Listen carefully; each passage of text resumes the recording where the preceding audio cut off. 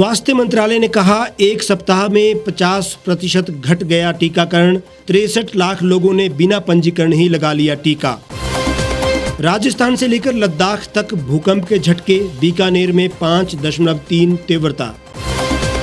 कच्चे तेल के दाम घटे, क्या सरकार आसमान छू रही कीमतों में कमी करेगी? बड़ा सवाल। मुख्यमंत्री ने कहा, विपक्ष द्वारा केंद्र सरकार पर जासूसी करने का आरोप बेबुनियाद। राजनीतिक लाभ के लिए विपक्ष लोगों को कर रहा भ्रमित। प्रदेश सरकार ने नया मोटर वाहन अधिनियम किया लागू, अधिसूचना जारी। और सेब बागवानों को सरकार ने दिया झटका, ट्रकों से सेब ढुलाई 5% हुई महंगी।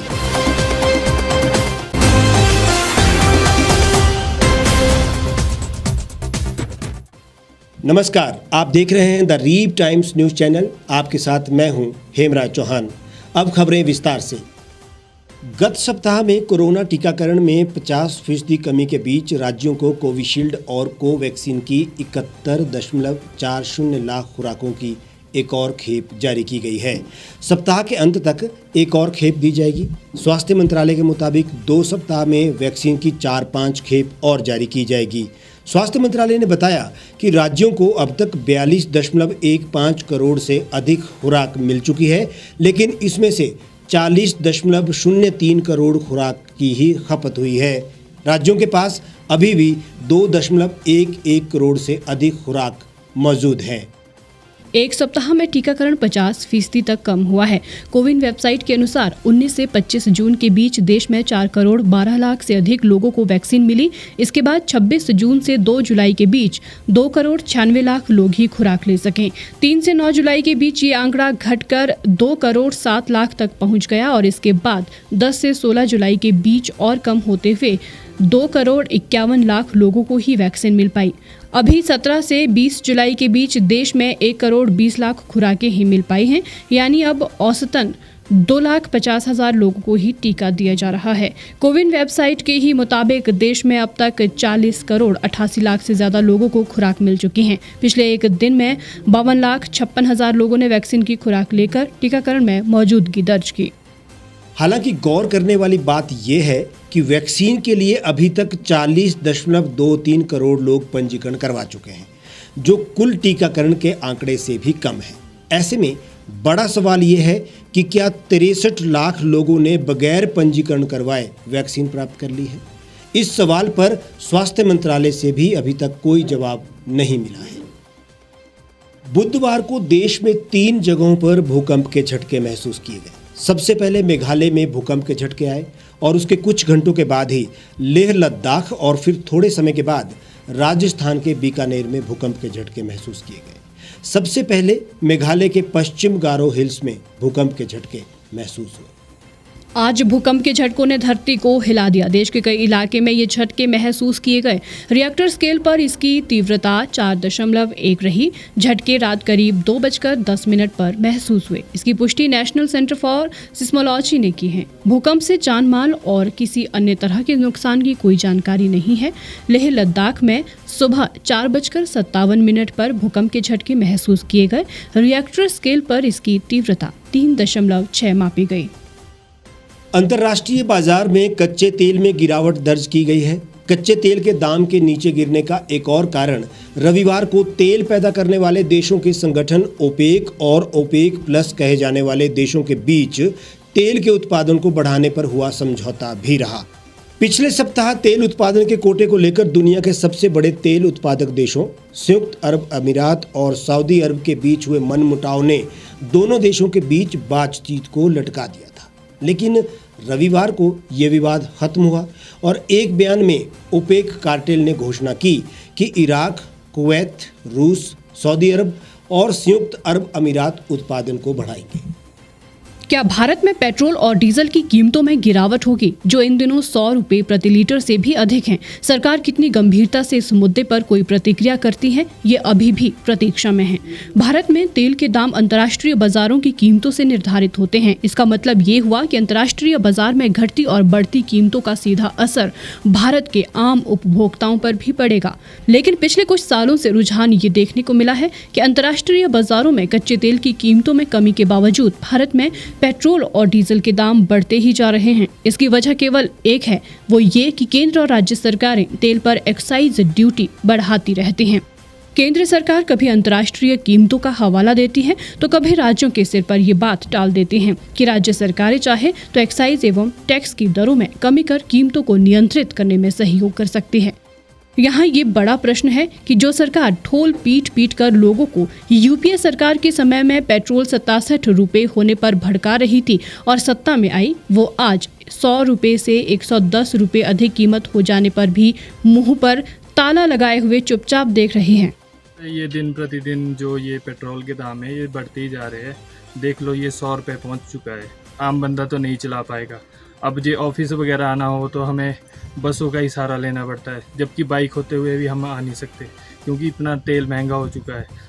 देखिए, जहाँ तक बात ऑफिस की आने के लिए है, आजकल तो हम लोगों को जो है ऑफिस के लिए गाड़ियाँ तो घरों पे ही खड़ी करनी पड़ रही है, क्योंकि जो अपना तेल की जहाँ तक बात करते हैं तो ये बहुत कॉस्टली और बहुत महंगा पड़ रहा है हम लोगों को। तो सरकार से यही है कि जब बढ़ाने की बारी आती है तब तो ये 8 रुपये बढ़ा लेते हैं और जब फिर उसमें राहत दे देते हैं 1-2 रुपये की कि हाँ घट गया जी, तेल घट गया। हाँ, तेल के जो दाम जो दिन प्रतिदिन बढ़ते आ रहे हैं ना सर, ये इसका कारण जो ये भी है कि महंगाई की बात बहुत गहरी जो है पड़ रही है सभी गरीबों पे, जितना जो भी है। तो आज पेट्रोल जो है हमारे 100 रुपये लीटर के करीब पहुंच चुका है। तो कहीं ना कहीं हम लोगों को लगता है कि आदमी बजट से बहुत ज़्यादा बाहर निकल चुका है हर एक चीज़ से। इसमें आम जनता को बहुत ज़्यादा नुकसान हो रहा है। सरकार से यही विनम्र निवेदन है कि जो ये तेल के दाम बढ़ चुके हैं इसको थोड़ी सी राहत मिले इसमें। हम तो सरकार से ये गुजारिश करेंगे कि जितना हो सकता है मिनिमम कोशिश करने की कोशिश करें, ताकि हम लोगों को अपना घर परिवार चलाने में सहमति मिल सके, हर एक चीज़ में जो हम लोगों को बचत मिल सके। यहाँ दीगर बात यह है कि इस महंगाई के कारण लोग त्रस्त हैं और संसद में फोन जासूसी पर हंगामा करने में ना विपक्ष कम है और ना ही सरकार। देश की जनता पेट्रोल डीजल पर सरकार की नीतियों से परेशान है और देश के सांसद पहली क्लास के बच्चों की तरह संसद में बेंच तोड़ रहे हैं और चीख रहे हैं। कच्चे तेल की कीमतों में कमी का असर यहाँ दाम पर भी पड़ना चाहिए और सरकार को एक्साइज ड्यूटी पर राहत देते हुए गंभीर होने की जरूरत रहेगी।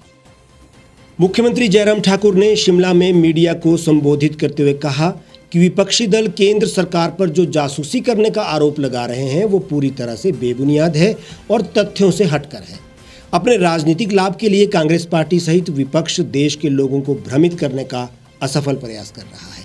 मुख्यमंत्री ने कहा कि भाजपा शासित केंद्र सरकार के खिलाफ कांग्रेस पार्टी का इस प्रकार का रवैया और देश की छवि और लोकतंत्र को दागदार बनाने का प्रयास बहुत निंदनीय है, जिसकी हम कड़ी भर्त्सना करते हैं। मुख्यमंत्री जयराम ठाकुर ने कहा कि ये केवल एक संयोग नहीं हो सकता कि संसद के मॉनसून सत्र के शुरू होने से ठीक एक दिन पहले 18 जुलाई को मीडिया में पेगासस मामले को लेकर रिपोर्ट आते हैं। मॉनसून सत्र से ठीक पहले इस मामले को एक सोची समझी रणनीति के अंतर्गत उठाया गया है, क्योंकि कुछ लोग देश के विकास को अपने लिए खतरा मानते हैं, जबकि मीडिया रिपोर्ट्स में एक भी ऐसा सबूत नहीं है जिससे इस मामले में भारत सरकार को जोड़ा जा सके।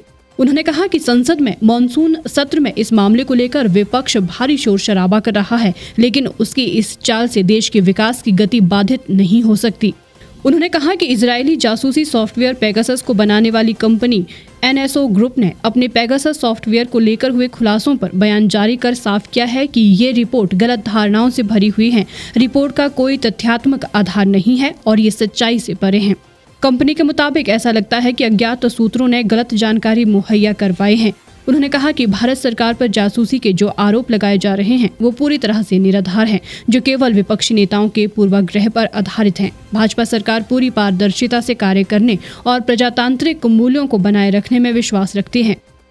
हमारा लोकसभा राज्यसभा का हमारा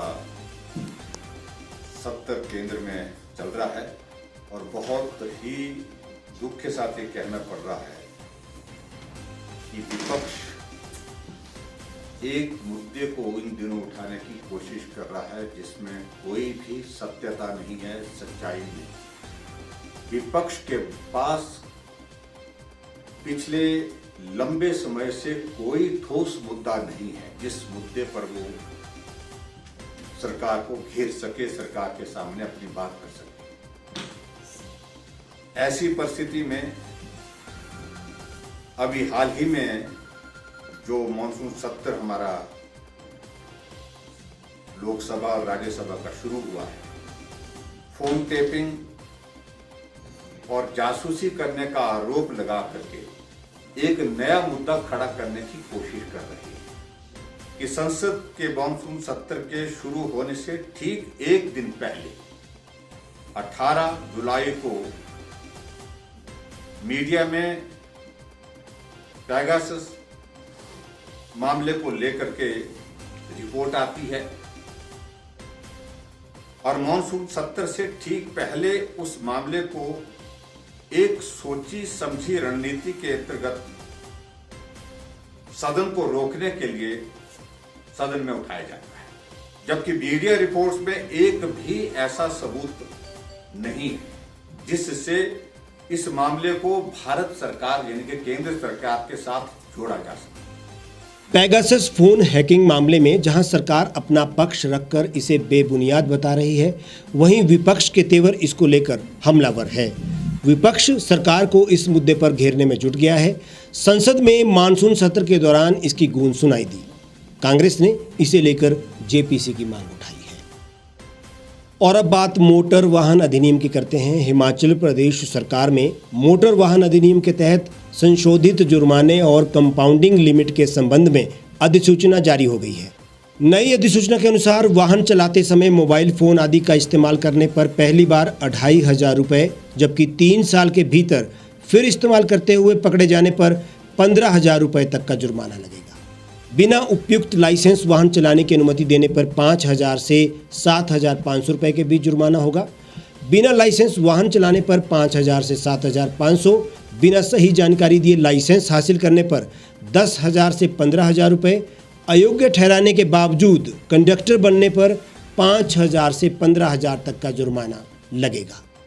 इसके अलावा वाहन बनाने या डीलर या वाहन उपलब्ध करवाने वाले ने अगर वाहन में किसी तरह का बदलाव किया है तो उस पर 1 लाख से 1.5 लाख तक जुर्माना लगेगा। खुद कानून के नियम दरकिनार कर वाहन में बदलाव करने पर 5 से 7,500 रुपये, तेज रफ्तार वाहन चलाने पर 3,000 से 6,000 रुपये, पब्लिक प्लेस पर रेसिंग या रफ्तार का ट्रायल करने पर 5,000 से 15,000, बिना पंजीकरण वाहन का उपयोग करने पर 3,000 से 15,000 जुर्माना लगेगा। बिना इंश्योरेंस वाहन चलाने पर 2,000 से 6,000 के बीच जुर्माना होगा। जुर्मानों की दरों को रिव्यू के दौरान बढ़ाया या घटाया जा सकता है।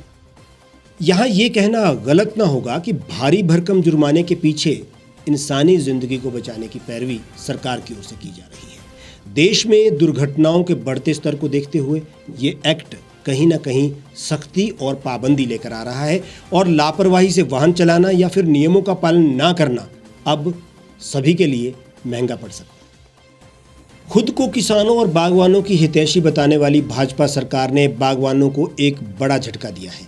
पहले जहां काटन महंगा किया, वहीं अब ट्रकों से सेब ढुलाई को भी 5% महंगा कर दिया है। ठियोग से दिल्ली के लिए प्रति पेटी न्यूनतम 67.40 और अधिकतम 77.40 रुपये, जबकि कोटखाई के विभिन्न क्षेत्रों से न्यूनतम 72.40 रुपये और अधिकतम 81.40 रुपये भाड़ा तय किया गया है।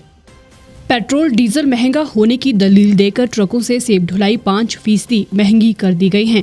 पहली बार लिंक रोड से मुख्य मार्ग तक सेब पहुंचाने के लिए छोटे वाहनों का भाड़ा भी तय किया गया है। लोकल लिंक रोड पर पिकअप के लिए 10 किलोमीटर तक प्रति पेटी प्रति किलोमीटर भाड़ा 1 रुपये 12 पैसे तय किया गया है। 10 किलोमीटर से ज्यादा दूरी पर 85 पैसे प्रति पेटी प्रति किलोमीटर अतिरिक्त जोड़े जाएंगे।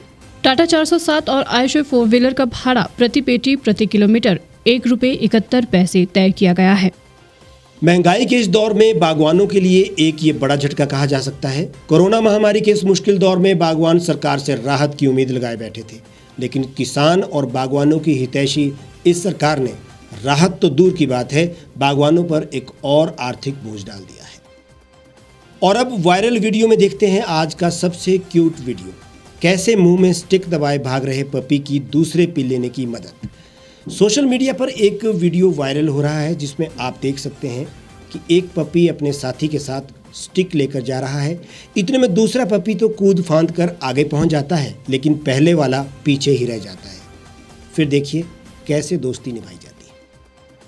You can count on me, 9, 1, 2, 3.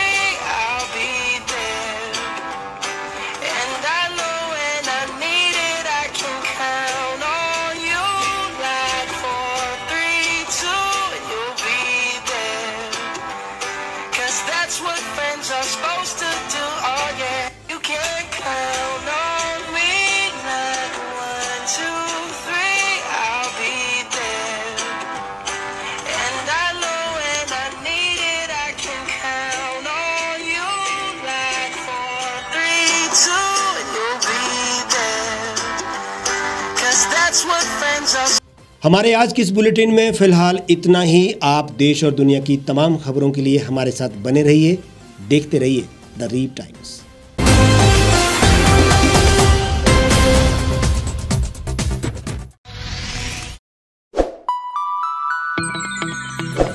खबरों में बने रहने के लिए सब्सक्राइब करें द रीव टाइम्स, लाइक और शेयर करना ना भूलें।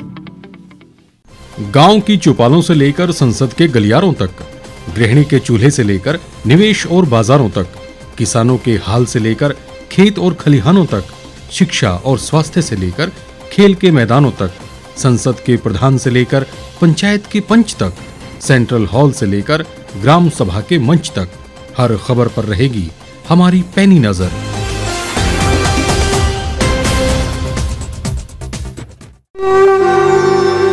भारतवर्ष, जिसे आप दशकों से सुनते आए हैं कि सोने की चिड़िया थी। इसके पंख पहले मुगलों ने कुतरे, फिर अंग्रेजों ने, और आज राजनीतिक प्राणी कोई कोर कसर नहीं छोड़ रहे। आज भी लगभग 25 करोड़ लोग रात को भूखे सोते हैं। करीब 2 करोड़ लोगों के पास घर नहीं है। भ्रष्टाचार में हमारा 176 देशों में 80 नंबर आता है। औसतन 100 महिलाओं के साथ हर दिन ज्यादतियां होती है और ना जाने क्या क्या। देश की संसद से कुछ ही दूरी पर चादर लपेटे सैकड़ों लोग सुबह नील गगन के नीचे सोए हुए मिलते हैं।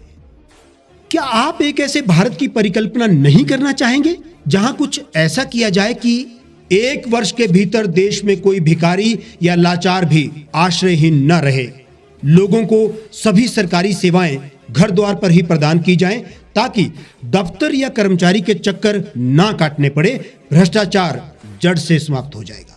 सेवा प्रदाताओं की पब्लिक रेटिंग यानी जनाकलन और तकनीक द्वारा अपराधों का शून्यकरण किया जाए। स्वास्थ्य और आधारभूत शिक्षा सभी के लिए समान गुणवत्ता के साथ निःशुल्क प्राप्त हो, और भी बहुत कुछ। यदि आप इस पवित्र राष्ट्र निर्माण यज्ञ का हिस्सा बनना चाहते हैं तो आज ही राष्ट्रीय लोक नीति पार्टी से जुड़ें। अब देश राजनीति से नहीं, लोक नीति से चलेगा। विजिट करें वेबसाइट rashtriyalokniti.org।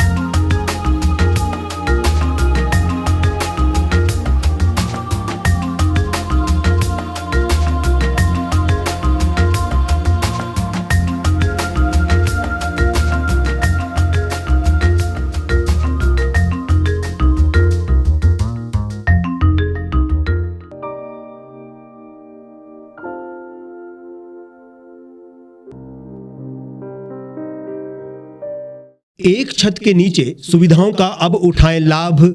रीव ई मार्ट में अब पाएं अपनी रसोई के लिए गुणवत्ता और सस्ते दामों पर राशन सामग्री। दालें हो या हो मसाले, आपका किचन ई मार्ट संभाले। उच्च गुणवत्ता और दामों में बेहतरीन रीव ई मार्ट में पधारें और पाएं अपनी पसंद के सभी उत्पाद, या फिर करें ऑनलाइन ऑर्डर और पाएं घर द्वार पर ही सुविधा। आज ही संपर्क करें फोन नंबर 8219694079 पर, बाईपास रोड, शनान, संजौली, शिमला।